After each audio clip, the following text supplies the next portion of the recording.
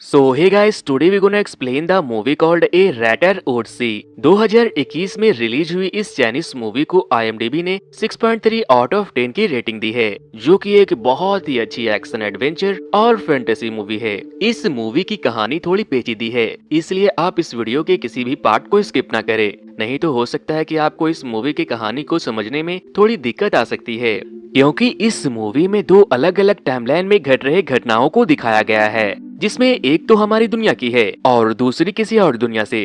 तो दोस्तों, इस मूवी की शुरुआत में हम देखते हैं कि एक बहुत ही पुराने खंडर की तरह दिखने वाले एक महल के अंदर से कोई बच्ची अपने डैडी को आवाज दे रही है, जिसके बाद हम एक इंसान को देखते हैं जो एक बड़े से रहस्यमयी लाइट को देख रहा था और अब उसकी नींद खुलती है और हमें पता लगता है कि ये एक शख्स का सपना था जिसका नाम गुआन निंग है। गुआन अपने सपनों को अपने मोबाइल में नोट कर लेता है। वो जब भी सपना देखता है वो उसे अपने पास डायरी या मोबाइल में नोट कर लेता है, और वो ऐसा क्यों कर रहा था वो आपको आगे की मूवी में समझ में आ जाएगा। गुआन उस पहाड़ी पर उन लोगों के कार का इंतजार कर रहा था जिसने उसकी 5 साल की बेटी को किडनैप किया था, और वो उसे 6 साल से लगातार ढूंढ रहा था। और जब वो लोग अपनी कार लेकर आते हैं तो गुआन पत्थर फेंककर उन्हें रोकने की कोशिश करता है। गुआन की पत्थर फेंकने की टेक्निक बहुत ही जबरदस्त है। वो किसी भी चीज को रॉकेट के स्पीड से फेंक सकता था और फिर वो कार पर पत्थर मार मार कर उस कार का एक्सीडेंट करवा देता है,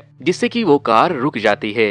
लेकिन जब वो उस कार के डोर को ओपन करता है तो उन बच्चे चोरों के पास बच्चे तो थे, लेकिन उनमें गुआन की बेटी नहीं थी। और तभी वहाँ पुलिस भी आ जाती है और गुआन को बच्चा चोर समझकर अरेस्ट कर लेती है। लेकिन जब ट्रैफिक सिग्नल पर पुलिस की कार रुकती है तो गुआन देखता है कि एक ब्लैक कार उसे इशारे कर रही है, और फिर गुआन किसी तरह पुलिस के कार से भागकर सामने खड़ी कार में जाकर बैठ जाता है। गुआन को भागने में जिसने उसकी मदद की थी उसका नाम टू लिंग है। लिंग उसे बताती है कि मैं तुम्हारे बारे में सब कुछ जानती हूँ, इवन तुम्हारे सपने और तुम्हारी बेटी के बारे में भी। टू लिंग उसे बताती है कि हम लोगों ने शायद तुम्हारी बेटी को ढूंढ लिया है, लेकिन ये अभी कंफर्म नहीं हुआ है कि वो तुम्हारी ही बेटी है। उसके लिए मुझे तुम्हारा DNA टेस्ट करना होगा, लेकिन मैं तुम्हें तुम्हारी बेटी के पास लेकर जाऊं उससे पहले तुम्हें मेरी मदद करनी होगी।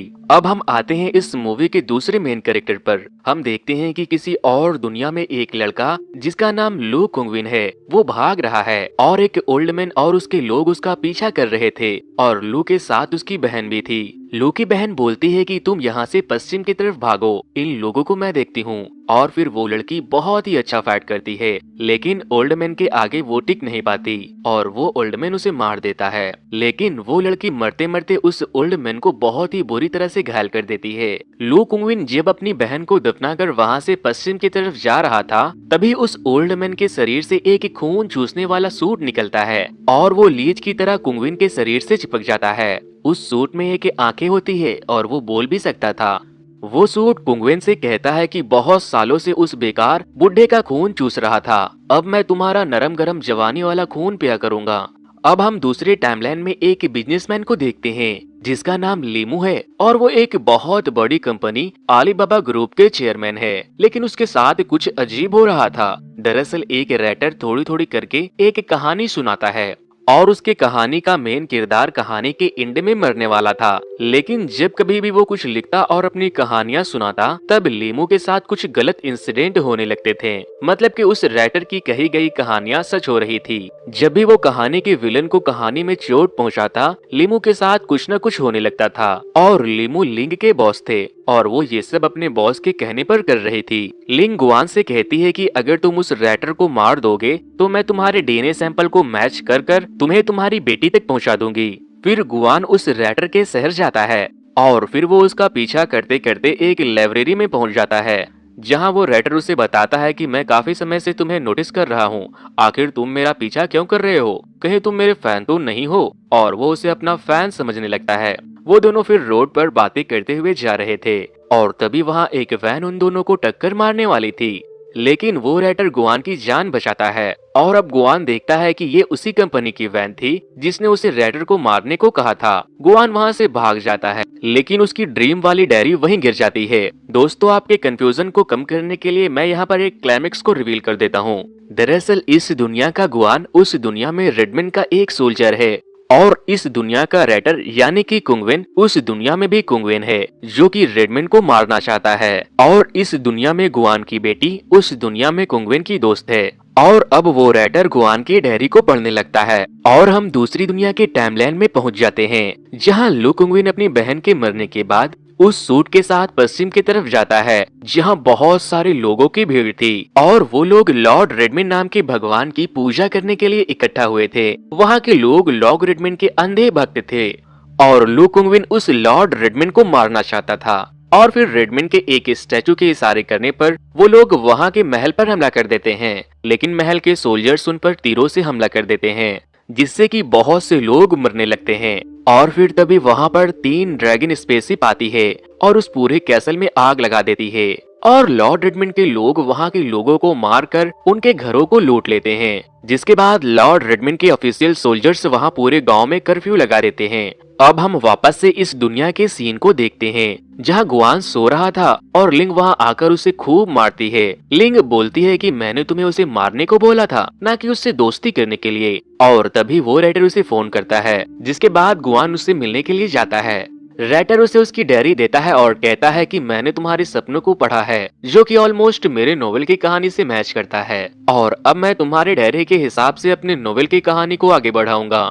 वो लोग बातें करते हुए आगे जा रहे थे और गुआन उसे मारने के लिए वहां रास्ते में पड़े ईंट को उठाकर उसे मारने की कोशिश करता है, लेकिन वो रैटर उसके हाथों से ईंट को लेकर वहां साइड में असेंबल करने लगता है और गुआन बार बार ईंट को उठाता है और वो रैटर उसके हाथों से ईंट को लेकर वहां सरियाने लगता है और फिर वो कहता है अब बहुत ईंट सरिया दिए, अब चलो यहाँ से। इसी दौरान वो रैटर अपने बारे में भी गुआन को बताता है। वो कहता है कि मेरे डैड नहीं है और मैं इतना बड़ा हो गया हूँ, लेकिन अभी भी मैं अपने मॉम के पैसे पर जिंदा हूँ। आज तक मैंने बहुत कुछ लिखा है बट आज तक मैंने एक फूटी कौड़ी नहीं कमाई।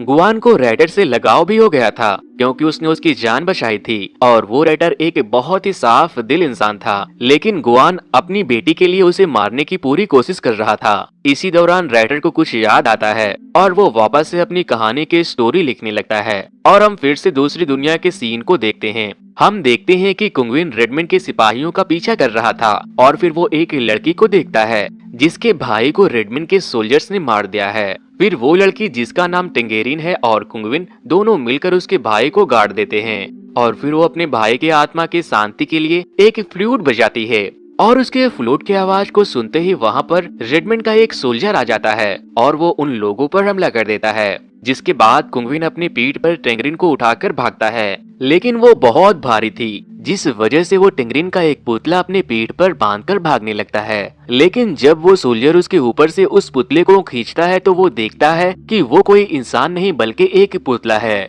और इसी दौरान सोल्जर के हाथों से उसकी तलवार गिर जाती है और मौका मिलते ही कुंगविन उसके ऊपर पूरी ताकत से वार कर देता है, लेकिन सोल्जर को कोई खास फर्क नहीं पड़ता और वो सोल्जर कुंगविन पर वार करने ही वाला था कि तभी पीछे से टेंगेरिन उसे आवाज देती है और जब वो उसे मारने के लिए आगे बढ़ता है तो रात हो जाती है। और अब हमें यहाँ पर ये पता चलता है कि रात होते ही रेडमंड के सोल्जर फ्रीज हो जाते हैं। अब हम प्रेजेंट का सीन देखते हैं जहाँ गुआन उस रैटर को एक के बाद एक 3 पत्थर फेंक कर मारता है और फिर गुआन उसके पास जाकर देखता है तो वो अभी भी जिंदा था और फिर वो उसे एक बड़े से पत्थर से मारने वाला था। तभी उसे वो गाना सुनाई देता है जो गुआन अपनी बेटी को सुनाया करता था। वो उस सॉन्ग का पीछा करता है और फिर वो वहाँ एक बच्चे को देखता है। वो उससे पूछता है कि मुझे बताओ तुमने ये गाना कहाँ सुना है, लेकिन वो बच्चा गुआन को धक्का देकर वहाँ से भाग जाता है। वो उस बच्चे का पीछा करते करते वहाँ पहुँच जाता है जहाँ बच्चे चोरों का अड्डा था। गुआन अपने बॉल से एक एक करके बच्चे चोरों की टीम को मारकर बेहोश कर देता है और फिर जब वो अपनी बेटी के किडनैपर को पकड़कर अपने बेटी के बारे में पूछता है तो वो बताता है कि मैं नया था, मुझे मालूम नहीं था कि बेहोश करने के लिए कितना इंजेक्शन दिया जाता है और मैंने शायद उसे बहुत ही ज्यादा मात्रा में इंजेक्शन दे दिया था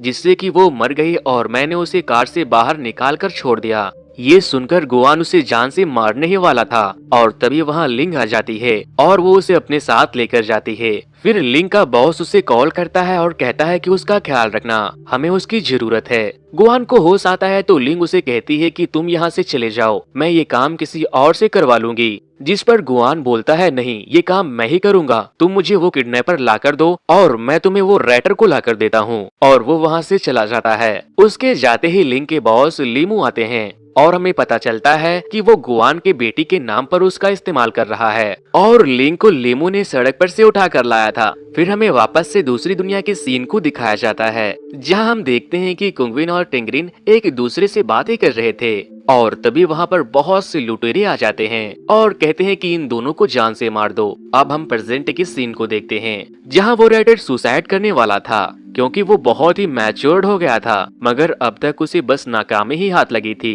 और वो अपने मॉम पर बोझ बन गया था। लेकिन फिर उसे याद आता है कि मैंने तो अपने नोवेल में उस रेडमैन के सोल्जर के किरदार को अब तक रिवील ही नहीं किया है। वो गुआन को बताता है कि वो सैनिक कोई और नहीं बल्कि तुम ही हो। फिर जब गुआन उस डायरी को पढ़ता है तो उसमें उसकी बेटी का नाम भी मेंशन था और हमें यहाँ पर ये समझ आता है कि गुआन के आने वाले सपने और रैटर से कुंगविन की लिखी गई बातें और उन दोनों के साथ घट रही घटनाएं ऑलमोस्ट दूसरी दुनिया की कहानी से मैच कर रही थी। और फिर वो रैटर फिसलकर छत से नीचे गिर जाता है, लेकिन गुआन उसके हाथों को पकड़ लेता है। और अब शुरू होती है इस फिल्म की रियल क्लाइमेक्स। जब वो लुटेरे कुंगविन पर हमला करने वाले थे तब वो खून पीने वाला कवच कुंगविन के शरीर से निकलकर बाहर आ जाता है और फिर वो एक एक करके सारे लुटेरे को मौत के घाट उतार देता है। वो खून चूसने वाला सूट एक बहुत ही जबरदस्त योद्धा था और जब वो सबको मारने के बाद एक बच्चे को मारने वाला था तभी कुंगविन उसे आवाज लगाता है और अब हम देखते हैं कि वो सूट को कुंगविन कंट्रोल कर सकता था। कुंगविन उससे कहता है कि तुमने मेरा बहुत खून पिया है, जिस पर वो कवच कहता है तो क्या हो गया, बहुत टेस्टी था। और फिर कुंगविन उसे वापस आने को कहता है और वो कवच फौरन वापस से कुंगविन के बॉडी में समा जाता है। फिर वो लोग लॉर्ड रेडमैन के महल उसे मारने के लिए जाते हैं। अब हम प्रेजेंट के सीन को देखते हैं और हमें पता चलता है कि रैटर कुंगविन के पिता को लूमू ने मार दिया था क्योंकि वो उसका बिजनेस पार्टनर था। जिस पर गुआन उसे कहता है कि ये कहानी पूरा करो ताकि उसके कहानी पूरा करते ही लूमू मर जाए। और जब ये बात लिंग को पता चलती है तो वो उसके कंपनी को छोड़ देती है, जिसके बाद लूमू के लोग उसे किडनैप कर लेते हैं और लूमू के दूसरे लोग खुद उसे मारने आते हैं, जिनमें से एक खुद को बहुत ही होशियार समझ रहा था। वो दूसरे को करंट देकर मारता है, मगर जब वो गुआन को छूता है तो खुद ही करंट के झटके खाकर गिर जाता है।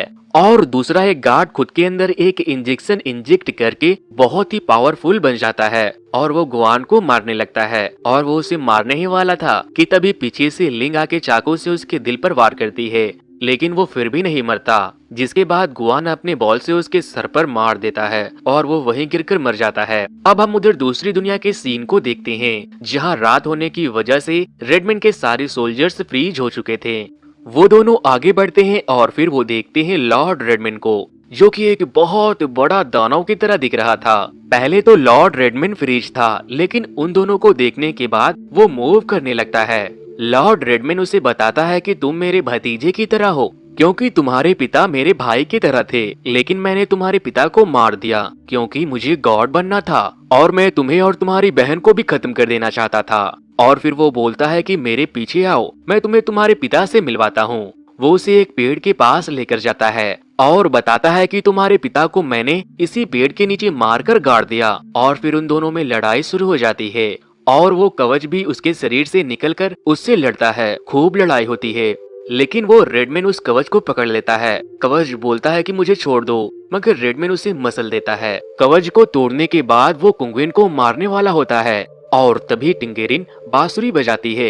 रेडमैन बोलता है, बेवकूफ लड़की, ये बांसुरी बजाकर किसे बुला रही हो? कोई यहाँ तुम्हारी मदद के लिए नहीं आएगा। जिस पर टिंगेरिन बोलती है कि मेरे पिताजी ने कहा था कि जब भी तुम मुसीबत में हो इस बांसुरी को बजा लेना, मैं तुम्हारी मदद के लिए जरूर आऊंगा। और फिर रेडमैन अपने शरीर के अंदर से ढेर सारे टेंटिकल्स को निकालकर टिंगेरिन को अपने अंदर समा लेता है। और तभी रेडमैन के ही एक सोल्जर अपने हाथों में एक गन लेकर आता है और उसके ऊपर धुआंधार गोलियों की बरसात कर देता है।